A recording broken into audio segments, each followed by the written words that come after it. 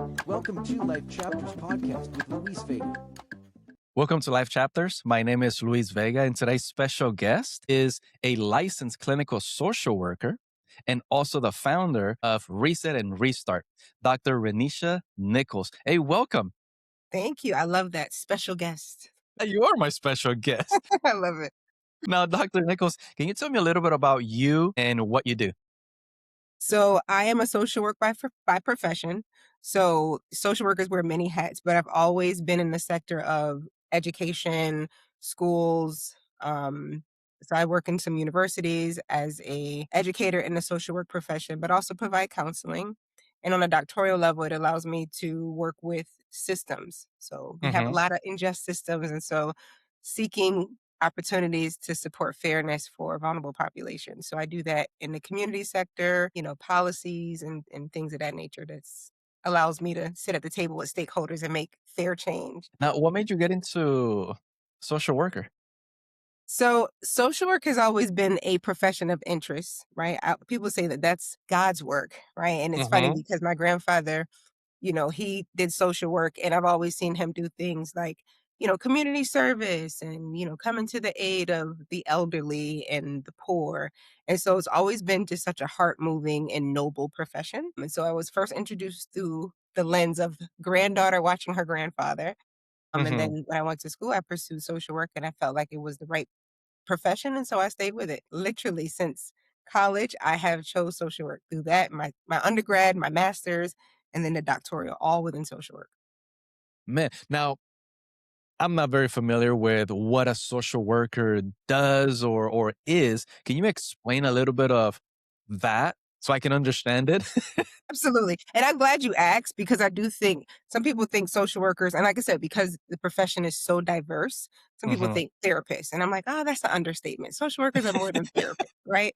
Some people may think DCF, which is like, or Child Protective Services. So Uh-huh. there's so many different institutes that social workers can be in. They're in the hospitals, they're in the schools, they're in your legal systems. Like their social workers are in all these spaces. And really, what social workers are, they're the voice of those who people usually overlook. They're the Mm. individuals who are advocating for people to be treated fairly in different capacities. So you can work directly with vulnerable populations to serve them. You can work with systems, you can work with institutions, but social workers really serve that space. And if you go historically, social workers were really a part of a lot of movements and era for legal changes. So social Uh-huh. workers play a huge role when it comes to justice in our land. Very interesting. And I didn't know that there were so many different hats and you chose to go like the system route right now. What did you chose to do that? So when you first start, they don't think that you're educated enough to work with systems. So you usually have more entry level jobs. So more direct practice where you work in the schools or you work one on one with individuals. So I did start there. And I think after years of working with individuals, you begin to see how much our systems are impacting people having equal opportunities or access to resources. And so after years of doing that, you're like, okay, so I'm working one on one, but real big change needs to happen on another sector. And so that usually influences, moving up in that regards where it's like, okay, so I don't want to necessarily just do one on one. I now want to advocate for change within the school system, within the legal system, within the Mhm. community. And it just kind of really climbed its way up there, to be honest. Okay. Now, working with a one-on-one, what did you enjoy about interacting on one-on-one basis? So a lot of good things about working with one on one, because, as you're sitting with somebody and you're hearing their story and you're, trying to help them see the strength that they have and helping them overcome whatever their obstacles are, it actually does a lot of stuff for you as well. So I'm Mhm. listening and, and actively sharing at the same time. So you really get to hear what people are going through. Because I think you wouldn't be able to advocate on a systemic level if you really don't understand what it feels like for people on an individual level. So honestly, that has helped me be able to advocate better because it's like I've spoken to these people. I know their story. I know what it's like day in and day out. I'm not just assuming these things. So I feel like if you're really trying to understand what people are going through, one on one is the best place to start. And then you can move into, okay, I know how to advocate because I've spoken to a diverse number of people in this sector. Yeah. Glad that you mentioned once you speak with a one-on-one, you know what people are going through. So when you get that next level that you can have an impact and advocate on the system level, you know what people need. Yes. Because it seems like in this social working industry, when you cannot just go to the systems, it's like you have to go through the process of talking to people. What are you going to advocate about? And there's other industries that if you have a degree, you can just go to the top and start making changes without really knowing who you're impacting or if it is it beneficial. So I'm glad that this structure is set up this way because you learned and now you know what needs to be impacted. But on the one-on-one conversations, is there anyone that when you were having that one-on-one with them really impacted you like as a person? I don't know if I could say one person, right? I think Okay. it's always collectively where it keeps me humble, right? When I Uh-huh. hear about what people are really going through. And I think it's always a beautiful thing when you could just repeat what someone said back to them and then they get it. Like I didn't do anything magical. I literally was actively listening. I took what you were thinking and said it back to you because it always sounds worse in our head. It sounds catastrophic in our head. And so a lot of times when someone can almost like lay it out as a puzzle piece and we get to put the pieces together, it's like you already had all that you needed for this to work itself out. You just didn't believe that you did. And so once you see it, you're like, oh, yeah, no, you have the corner pieces, you have the middle pieces, they're all here, right? You just don't know where they go. And I think Mhm. that's the gift of therapy. I'm not emotionally connected to this, I'm not biased in it. I'm literally just helping you find the pieces. And we're putting the picture together. And then I think when they see the picture, when you have a puzzle, you're like, what is this? And then when you finally put it together, you're like, oh my God, it's nice. It's pretty. I didn't think it was going to come out like this. So it's a beautiful thing for me to be a part of their journey. Like I remember this one individual, she took her nursing NCLEX 3 times and Uh-huh. failed. And I mean, her identity was interrupted. She just felt worthless. She was just so distraught. And so she came, we talked about it. We kind of identified the negative thinking patterns that keeps her like avoidant of retesting and all the things. We scheduled the date. We worked on some things. She took it. She, called me after celebrating that she passed. What did I do? Now, I'm not nursing major at all. Like, I am the worst person to ask to do anything medical, anything. I am a doctor for social work, period. Right. So, really, literally, all we did was help her reset her thinking, like for her to begin to believe in herself, for her to undo this negative and catastrophic thinking and the fear of failure. And we just stayed in that page and she kind of literally talked about the core messages and we reset all of those things. She took the test and she passed this time because she wasn't fearful of it. So, Yeah. I mean, those are beautiful moments for me, right? It doesn't always happen. I do have some clients where I'm like, ooh, we're gonna be here for a while. But for those who are like clearing what they want, they're ready to do the work. I mean, it's a beautiful thing to be a part of their journey. So that gives me joy as a provider. I bet. I bet that gives you a lot of joy. But having that person tell you their story, what they're going through, and you listening to understand, and then just saying back what they just did. Now, what kind of tips would you give someone to be a better listener and be Don't interrupt. focused in the moment? Don't interrupt. And like Mm, repeating what the person said is so powerful. Like you don't have to agree. Just don't interrupt. Repeat what they said and making sure that you understand because words are so powerful. You can say something and just the tone or sometimes cultural differences, it has a whole different meaning than how you interpret it. So it's really good to just ask, am I hearing you say this? Do you mean this? Because sometimes people, they don't even know what they mean. They know what they feel, but then when they start expressing themselves, they stumble on the words, how should I say this? Right? And so when you're really trying to help them put it together, are you saying this? Am I understanding this? It helps them with clarity as well. So mhm. it's such a powerful thing to be present with someone and like really listen to what they're trying to communicate. I'm glad that you brought that up. Listen to what they are trying to say and ask them if what you understood is what they're trying to say. Because a lot of the times, and I'm guilty of it, when someone tells me something, I take whatever I want to take from it and I get upset. And maybe that person's like, well, why are you upset? I'm like, because you said this. Well, it's like, that's not what I meant. And then that little fight starts to happen and now starts growing and growing and growing to the point that now you're not talking to your brother, for example, for many years because of that conversation that you didn't ask for clarification. So I'm glad that you brought that up because that is so important. And we just got to get better at it. We just got to get better at asking. That's well said. And, I'm very visual. So in my sessions, I always give some type of analogy. And one of the ones that I use is think about a filter, like, a filter that imagine that it's greasy and it's unclean, and you pour clean water in that filter. What's coming Uh-huh. out? All the Not bad clean stuff. water. Right. It's Yeah. tainted. It's dirty. But that's kind of how our mental is, right? Like, even if somebody intends to pour into you, they meant to compliment you or say something, if your filter is all these negative things, all these insecurities, all of these thoughts, you literally hear from that tainted view Yeah. and you feel it, you act on it. And so I try to help people understand, like, you really have to ask someone what they meant because your perception of yourself is not positive. Now, if that's someone that they're becoming aware that their perception of themselves is not as positive, what would be like maybe like the first step that they should be doing once they start being aware of it? So awareness is so key, right? Because then I think you can understand why you're so triggered and sensitive to certain things. So once you know what your I don't want to say flaws, but what your insecurities are, then you understand what your triggers are.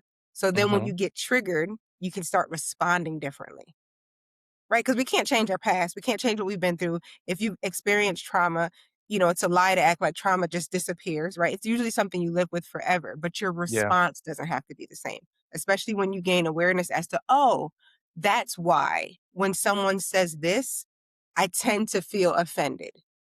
They didn't intend to offend me, but because of my unclean filter, that's how that feels for me. But now that I Mm. know it's a trigger, I have the capacity to respond differently. Hey, what do you mean by that? So that way I'm not having an attitude, ghosting people, not speaking, it just teaches you to respond in a healthier way. Yeah. And to add to that, you're not going to change immediately, but being aware, knowing what the triggers are, knowing what you need to respond or how to respond to that. When you get triggered, now you start responding in a way. Maybe you might forget. You're like, you just go back to what you used to. Hmm. But as long as, seconds after, you're like, oof, let me take that back. What did you mean by that? And then slowly by repetition, now instead of just replying aggressively, for example, now you're going to be like, hey, Dr. Renisha, what did you mean? So I can understand what you are trying to say to me. Now you explain, it's like, oh, perfect. Now, your amygdala just goes away and now you're back to normal. No triggers happening. Now, Yes. going to reset and restart. What made you start that? We just said it. That's it. That's the magic right there. That's the reset and restart, right? But truthfully, so profession is different than purpose, Hmm. right? So I have my profession. I've always wanted to be a social worker. It's a noble, profession. And you do the things, but when you go through things, your purpose can come to life and it makes it that much more meaningful and different. And so for me, reset and restart was birthed from my purpose. Because prior to, I was just, Renesha Nichols, LCSW, doing work as is, right? And then the name Reset and Restart literally came through me understanding what my purpose was. And that was birthed from my pain, right? And so Mm. now my work is coming from that lens, still social work, but really coming from the lens of who you're being a shiro to, like who are you showing up for? And that has a lot to do with me wanting to be a solution now from what I've went through in particular. So that's where reset comes from. Okay. And what's your purpose? So, I had a severe loss, right? And I that was a big turning point in my life. So in 10th, 2015, my children lost their dad to brain cancer. Mm. Sorry So for that. yeah, they were young. They were 5 and 6 years old. And you up. I grew up in a community where there were a lot of broken homes, right? But we fantasized. I mean, we had great TV shows in my time. I mean, I'm not old, but we had great TV series, right? So we had Cosby, we had the Jeffersons, we had these great sitcoms, Martin and Gina. Like we had these great things that really helped us aspire to want to have this perfect family, right? And a lot of times that was different than what we see in our community. But in us, we believe, I'm not going to have what the community has. I'm going to have what's on this TV show. And so that was me. I was a hopeless romantic. You know, you want the whole shebang. And so for me, losing him was devastating because now I'm a single mom. And I'm like, oh, like, this was not supposed to happen in my world. Like, I'm supposed to control all the narratives. Like, we're supposed to be this picture perfect family. And so the nuances of being a single mom, but being a single mom to traumatized children, because that was very Mm. traumatic for them, added so many different layers to that for me. Right. And so, Yeah. yeah, here I am seeing it as I'm feeling the grief as an adult, right? And I'm serving other people. I'm trying to serve my children who are children dealing with grief, and they deal with it in so many different ways. A lot of times they don't have their words, so their expression is just so different. But then I also have the knowledge of all the risk factors for children who are raised in single parent homes, and those who have had trauma. And I have a boy and a girl of color. So I have all these parenting fears and all these things going on for me. And I'm like, trying to be preventative, and you're just doing all the things. And so I needed to reset for sure because Mhm. it's exhausting trying to help others and keep your life in order as well.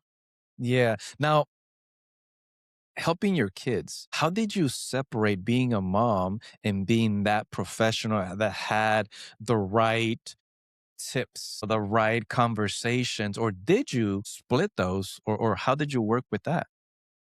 As you ask the question, I have to be honest. Sometimes I'm like, I don't know how I did that.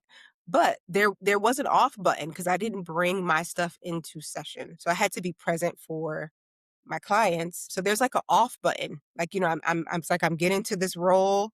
You're there for them. They're not there for you. So I have to somehow turn it off, pause it, and be present. And I got good at doing that. Right. And I'm sure that there's good and bads to having that skill. I'm sure Mhm. other professions who are first responders have to do the same thing where they have to turn off their emotionality so they can respond despite whatever internal trauma that they're going through.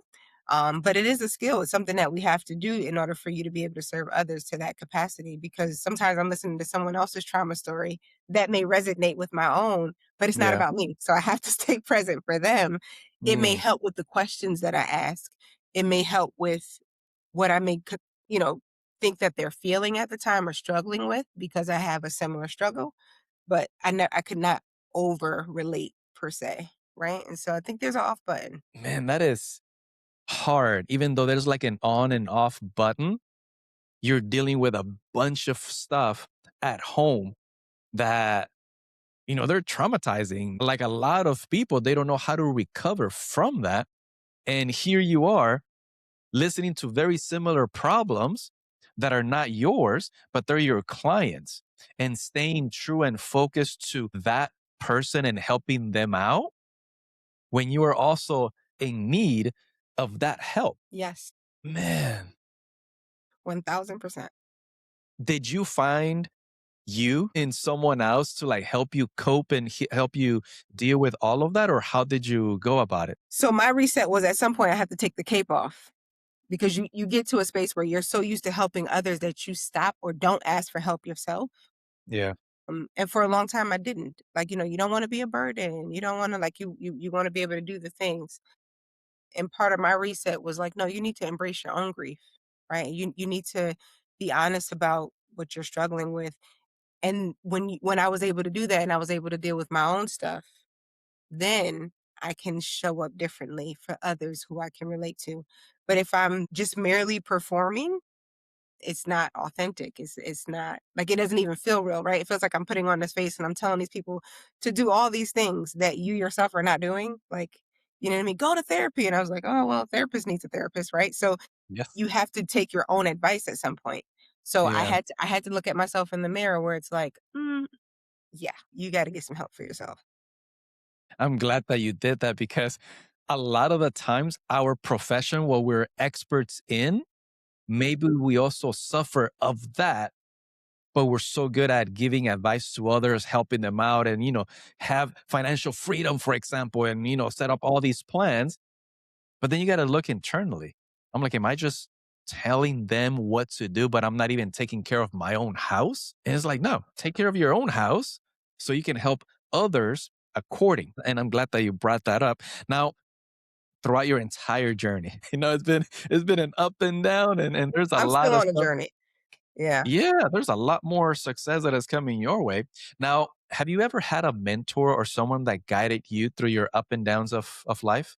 I have, and I think throughout my life, I've been blessed to have individuals in whatever space that I'm in that I can refer to as a leader in that space, right? So I Uh, feel like it always changed. I don't feel like I could say I had one mentor consistently throughout my journey, but I can recall, when I'm at school, I had individuals who, was like a mother figure. I had mentors, I had the extended aunties, right? And those individuals have played a role sometimes without even knowing, right? Like I've yeah. met some people just speak to you in a certain way. And I don't think they know what they're saying. I think sometimes people are walking prophets and they don't know. And so I've had people who've served in a space in my life that were able to see certain things in me that I couldn't see in myself.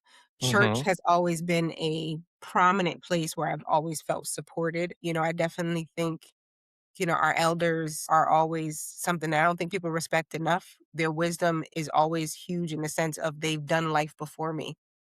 Right, so sometimes I think people discredit our elders maybe because of degrees and different educational pieces, and they had different opportunities during their time, but their wisdom is like gold.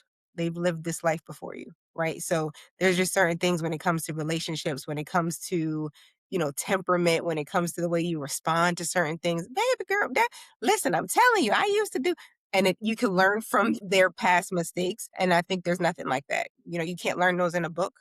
So those people have always served as like very important figures in my life. That is really good that you brought that up because they've been here a while. They have gone through so many different things. And just like you mentioned, we got to find those people that have done something that you need. They don't have to have the degree, they just have gone through it. How did you get through it? Or did you get through it? But if you're talking with them, it's because they went through being a wife, being single, being so many different things, and that you can learn something about it.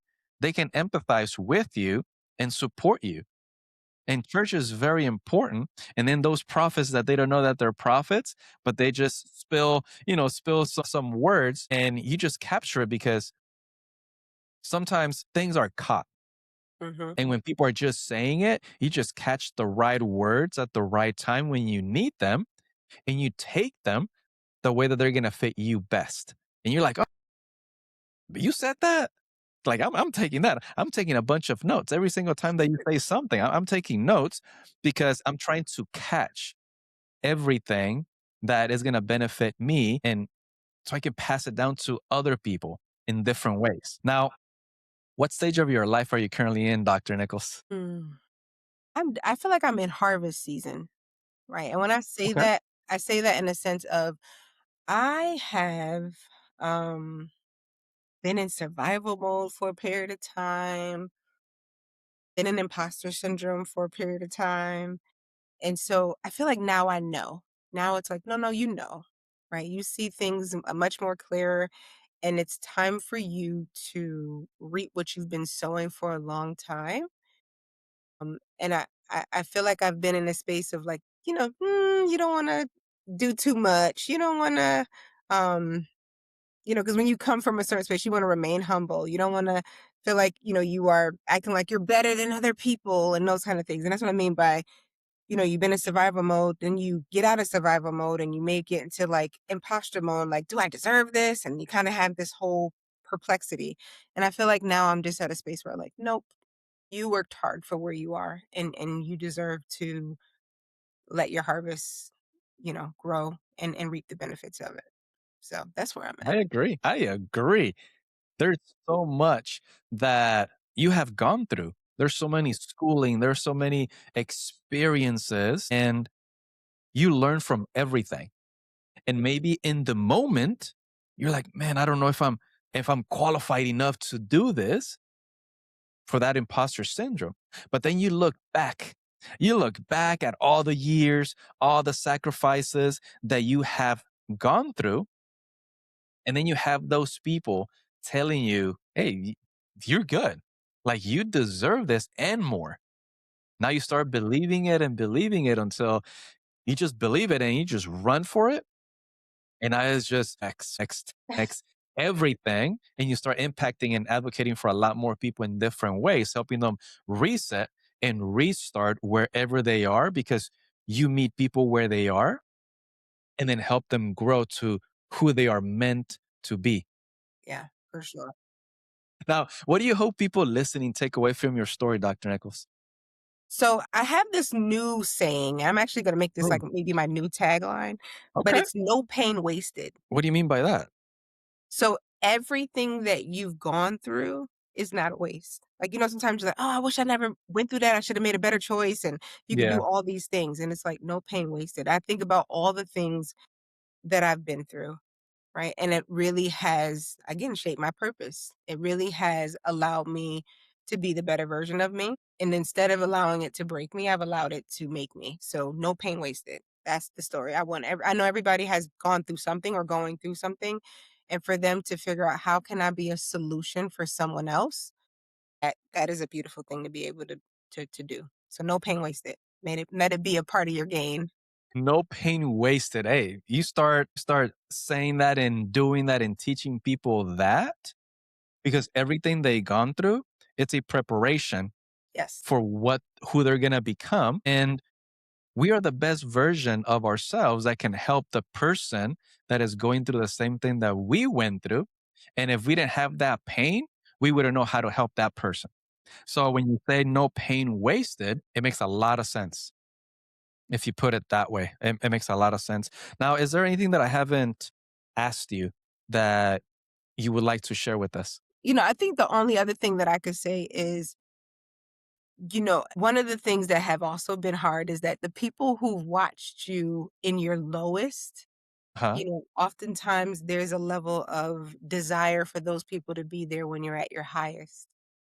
Right? And it can be really Mm, discouraging sometimes when the people who were there for you when you were at your lowest moment, they seem to be the best friend, the greatest supporter, the person who understood. But when they see the reset version of you, sometimes people prefer the other version of you because of the type of access they have. And I know it's a weird thing to say, but I say that because I think a lot of people struggle relationally when it's like they start to feel rejected or abandoned or mm, neglected by the people who you would want to serve. Like I've always wanted to be the person to go back to my community and do these things, and I still will. But I think the part that sometimes could be discouraging is the same people that you want to serve sometimes are the same people who can hurt you. So you really have to get to a space where you understand who you are, because that's when we talk about imposter syndrome and things of that nature. And your identity is not the trauma. Your identity is not the mistake or that's not your identity. That's the journey, but it's not the identity. So for people to really understand, like you were born with a purpose. This is just a journey to get there. So don't get caught up in like who you were and the friends you used to have, and now you may feel alone. There's a very lonely process in that journey sometimes, but know mhm. that that's also a part of your becoming. Now, you saying that you have people at your lowest, but then when you have that restart, they're not there because they can't relate to that. I have also seen the opposite that when you're at your highest, you have all these friends, families that you don't even know. They're just like showing up because you're this person. You're like this version of you. But then when everything goes, on the opposite, you lose those people. But I never thought about the opposite that people at your lowest are there. And when you go to your highest, they're not. Huh. Well, again, and I think it's kind of like that crab in a barrel. You've heard of that Yeah. saying, where people get uncomfortable if you are outshining them. Like we're very competitive people, right? So it's good when we start the race and we're all at the line together. Start to feel a little different when you are winning the race, right? And Yeah. I think we have to get better at that as a people. But unfortunately, you still have to be mindful of it. Could feel really lonely when you look back and these people don't necessarily look at you the same way. They're not checking on you the same way. They're not showing up for you the same way because they think that you're good, right? Like when you were down, it was just like, oh, we had all these things to give you, but you're good now. You don't need help anymore. You're fine. And it's like it's not true, but they really don't know how to connect with you in this new space. Yeah, because when you're at the starting line, like you mentioned, and then you just start taking off, people are always gonna start trying to pull you back. Right? Like you think you're better than us. Oh, you think you're this. Oh, you think you because you have this. And what I have heard and learned from mentors that I have and from other people reading and listening to others is at your low or every stage of your life, you should have a group of people that have similar visions so you can be pushing each other up. But when people start pulling you down, is because you're not in that circle anymore. You're supposed to find a new circle because you already elevated yourself. Because like the crabs, like you mentioned, one crab, it can get out. But if you have more than one crab, they're gonna start pulling each other up. So you don't have to cover the barrel. Yeah. Yeah. Mm, Right. And this is good. there's a book, The Who Not How. Yes. That's a Mhm. really good book. Right? So I think that's huge too, because sometimes you can become hyper dependent because of all the rejection and abandonment where you just feel like I'm gonna do it myself because I don't trust anyone, which is so dangerous, right? So I love that you just said that in terms of in every sector of your life, you want to be in circles with people who have a similar vision where you can help each other get there. There's no competition as much as it is a trade-off. Yeah. And I think people have to understand that that's part of their journey because if not, it can be very discouraging in the sense of feeling like you're by yourself when you're really not. You just need to also grow into spaces with other people as opposed to feeling like you could take everybody who you started with you.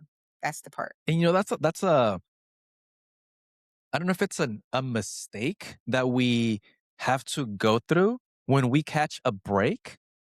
We want our family, we want our friends, we want so many people to come with us to the point that it prevents us from going even further or faster because we know what we want and we're focused and we're trying to help others see the same thing, but every single person is in their own journey. Maybe they haven't figured out what their next step is. They have to go through those hurdles, those failures, because a lot of the failures spike different curiosities or force us to do different things so we can start making a change. Because sometimes we're just comfortable where we are and we don't want to change because it requires some sort of pain, some sort Yeah. of investment of time, money, energy, something. But when we're forced, you're like, "Well, okay, fine. I don't have a choice. I got fired. Well, let me go find another job." Even though you were miserable at that job, but that paycheck every first and 15 felt good. Once you don't have it, you're like, all right, let me go find another one. Hmm. When I have heard that you have to make your decisions, your life changing decisions of getting married or buying a house or doing all these different things when you're at your highest, because that's when you know if it actually makes sense. You have control of that decision. When you're at your lowest, when you're mad and you're like, oh, I'm going to break up with you, I'm not going to get married, or I'm going to buy a house, or I'm not going to invest any of those things, then you might be regretting it because you made the decision when you were at your lowest. Oh, yeah. Well said. Now, going back to the book, I love Who Not How. It's like one of my top. It's like one of my top. What was your first thoughts when you read that book? Listen, that book spoke to my soul, right? I was like, oh my gosh, this is so you. It just made me think about how further along I could be, will be once I let that perspective go. Because I really was a me, myself, and I girl. Yeah. At one point, it was just like, you lost people, you lose trust. And again, this is not, and that's why I made a point to say this, because these are not strangers that you're losing. These are people who know you. These are people who they've seen you, like I said, at your lowest. Like they know you. So you would Yeah. you would expect if anybody is going to be celebrating you getting out of that rut. It would be the people who saw you at your lowest. So when that's not them, when those are the people who are betraying you, when those are the people who, don't show up for you or just seem to show any type of like jealous streak or any of it, that hits different because you didn't do anything wrong, Yeah. right? But it will make you question yourself, like, am I doing something wrong? Like it makes you question yourself. So the Who Not How book liberated that thought for me. It Mm, really allowed me to get to a space where it's like, it really doesn't have to be the same blood. Like you really have to look for people based on their heart posture and their character, not based on yeah. their bloodline. Because, ooh, like I said, I was definitely on a me, myself, and I rut. Yeah. That speaks to the soul for sure. And a lot of the times we want to stay with blood just because, like, it's blood. Or our parents or grandparents or great grandparents told us, you can't go away from blood. You got to stick together and blah, blah, blah, blah, blah. But misery loves company. Yeah. Yeah. Yeah. Yeah. And if no one is being challenged, it's like, hey, Dr. Nichols, you will get better. It's okay. It just comes for a little bit. You're going to survive this stage of your life. But when you survive and you start, shining again and everything's like, hey, where you going? What about coffee nights or movie nights or this type of nights or That what, part. what about going to the bars, etc. Because you created that routine that they had. Yeah. For sure. For sure. Mm. I love this. I'm gonna because I know we could probably talk forever, but I love this. I want to say it's scriptural, right? Many are called, few are chosen. Say that again? If it's not, it's probably one of my mentors who made this up, and they made me feel like it was scriptural. Many are called, few are chosen, Yeah. and I What do you and I, think I that feel is? like for the individuals who make it out of horrible conditions that people are taken back by, like, how did they get through this? How did they get through that? That's what that looks like, right?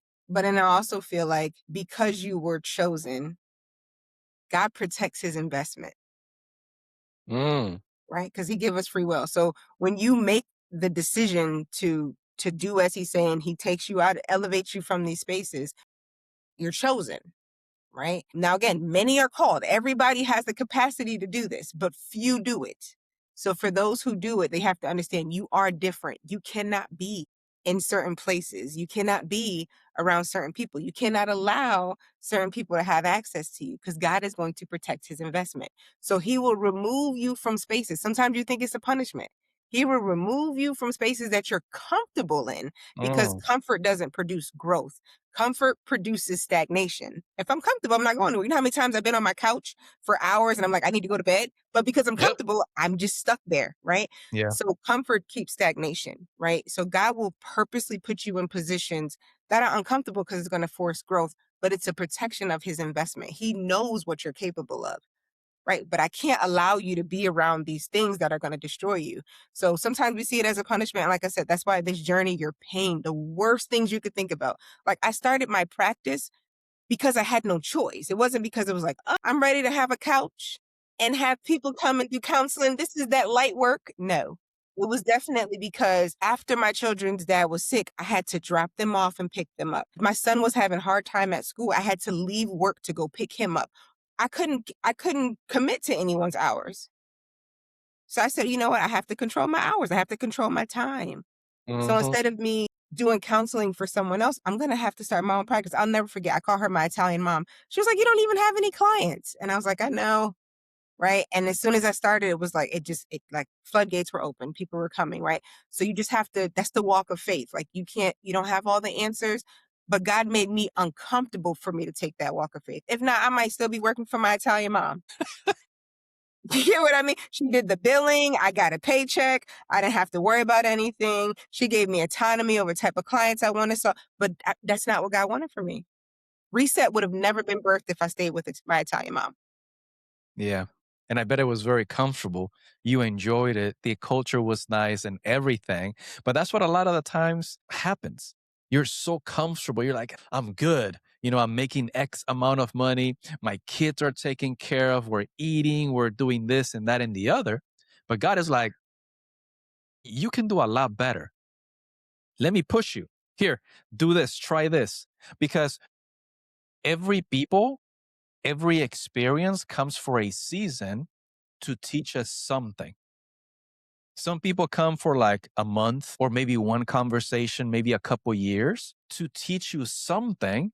And then for you to actually pay attention and try to learn something. Because every single conversation and experience, it's a teaching moment on what to do more of or what not to do. And if we start treating every single experience like that, we're always going to be uncomfortable and we're always going to be moving from people to people to people because we are getting better to that next circle that can propel us forward to what God has prepared for us. And I'm sure for you, this is just the beginning because there's a lot more things that are going to come your way that you're like, all right, here we go. But because you already seen it, that that little uncomfortable moment gives you some success, moves you forward. You know that the next one, and you're going to be seeking for that uncomfortable moments a lot more often to find success and then just exponentially grow the success because you're always uncomfortable. For sure. For sure. I like that. Makes your faith bigger. Yeah. Now, Dr. Nichols, I'm a financial strategist. I love numbers. I love helping people plan, be uncomfortable because finance is something that a lot of the families, at least where I come from, we don't talk about. And whatever you don't talk about, eventually is going to bite you in the behind. And you're going to be like, so what am I supposed to do? And it might be a little too late.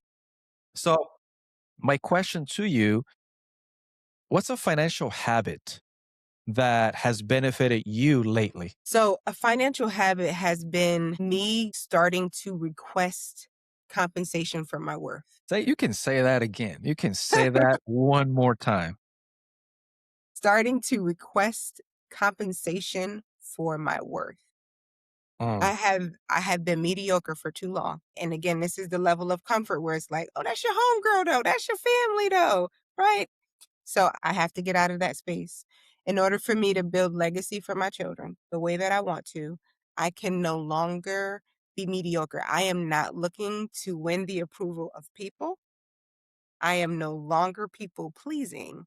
I am definitely living according to the biblical standard of God called me to live a prosperous and abundant life. So in order for me to do that, I need to acknowledge my value and worth and be compensated accordingly. So that's my new financial piece. that's good. And you have to be compensated for what you're worth because you have put in the work. Sure, And when you're in the wrong environment, they don't think they need to. And I mm, find myself settling for what they're comfortable giving me as opposed to making them uncomfortable if they want me. So I'm in a whole new wave, whole new wave. Harvest time.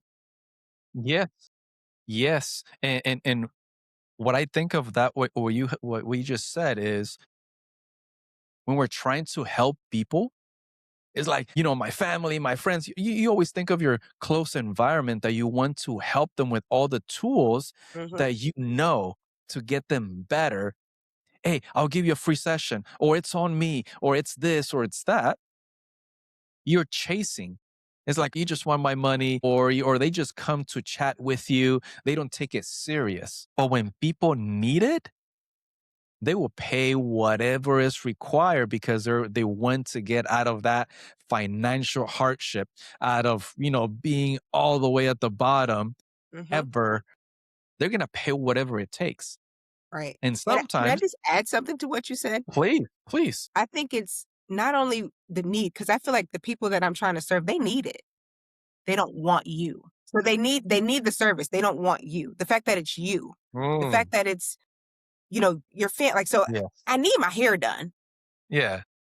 But if I'm asking you, I don't necessarily think I should pay the same amount that I would pay a big time hairdresser. Now, you're going to give me the same quality of hairstyle, but it's you. So I don't want to give you that money. I give it to a stranger. So I need you, but I don't want to pay you that. So that's the part that's crazy because I'm like, you'll pay a stranger, But when it's someone you know, sometimes people have this entitlement where it's like, but it's you. You get what I mean? So they need it. I just don't think they want to pay you. And a lot of the times I've heard in business that you should help everyone. And then for your immediate family and friends, have someone that you know that you trust help them Right. because they will listen to that person. Even though you're giving the same advice, you're giving them the same services, they will pay top dollar for that person because they see them as the professional. They just see you as a friend, as their granddaughter, as auntie, anything like that. But on the opposite to that is we should be paying top dollar to support our friends and family's business. Everyone else that we don't know, hey, let's get a discount. Let's get it for free. Come on, But Lewis. for immediate family, it's like, hey, you're charging me $1,000 to do my hair. Here you go, $1,000, and here's your tip. No. Some people, and again, you Yeah, have some individuals who, and you know the people who have gone through stuff who are also they have a conversation, they know it. But then others, they don't know. They don't know. And like, listen, I have a book. Everybody in my family should have a copy of the book in their house. I what's your promise book? you that. Say it. Single moms have dreams too. Single Awesome. moms have dreams too. And that's one of many. I do want to write another, but to that example, right, even if it's just, I don't even care if you don't read it. It's just the concept of like, you get what I mean? Yeah, But that's the attitude that I feel like we have a lot to gain. I think we've been impacted by the social injustices and this feel of like there's a limited resources, so we have to fight for this little that we have. And it's like, we serve a God of abundance. There's room for all of us. But I there think is. that there's this attitude of like, you can't get it before me, or I can't share my secrets. Lewis, I don't want you to be my competition or outshine me, so I got to keep these recipes to myself. It's just Yeah, we have a long way to go. It's mental scarcity, and it's a sad thing. it is. Yeah. And I know we cannot change every single person, Mhm. but as long as we are working with one person and we're introducing them to the right resources and they can start changing slightly because they can change the other generation and then the other and the other and the other. And that's when change happens. Yes. So don't give up. Don't give No, up. no, no, for sure. I know we're not Reset giving up. always. Yeah, always bring up the values and and everything that you have learned, everything that made you, share it with people. That's the best thing that we can do. Just pay it forward because it's gonna hit someone. You're just that prophet, just venting and just sharing. Someone that is ready is gonna catch it. It's gonna be like, hey, Dr. Nichols, you mentioned this. Like, what about that? And that's all you need. Out of 100, if you impact one person, that is that's a positive return. 1000%. Now, my last guest left a question. Okay. Like, and the question goes like this: if you wouldn't be doing the job or business that you're currently in, what other industry would you be in? So in thinking about that, I'm gonna say two. And this just came to me. So this is a bit of a stretch. I might be a pastor's wife. I could see that, right? So I feel like Okay. you know what I mean? I feel like church has always been meaningful to me. And, I'm just going off of the old school. They used to have these very like stringent things of women don't preach. But when you're the first lady, you have some access to people in a way that can create influence. So that's just a thought. But outside of that, I do like to entertain. I'm the game night girl. I am the put a smile on your face. I'm the energy in the room. So if I wasn't a social worker, I would be doing some form of entertainment, whether it's hosting, speaking. I really feel like that would still come to life some way, somehow. I can see you that. I can see you walking into stage at a comedy club, at an Mm, event okay. to give, to talk about your book or just talk about what made you and the way that you deliver it. People are going to absorb everything because you have this tactfulness of sharing who you are, what made you, and a lot more people can absorb that. So thank you. I really appreciate it, Dr. Renesha Nichols, for being here and just sharing your story. I had a lot of fun, Same here. listening to everything. And I just want to tell the listeners that if you guys resonated with Dr. Nichols' story, or you just share it with someone else that can benefit from listening to that conversation. Remember to pay yourself first, and I will see you next chapter. Take it easy. Thank you. Thanks for being part of this project to share people's journey. Like, share, and subscribe. See you next chapter.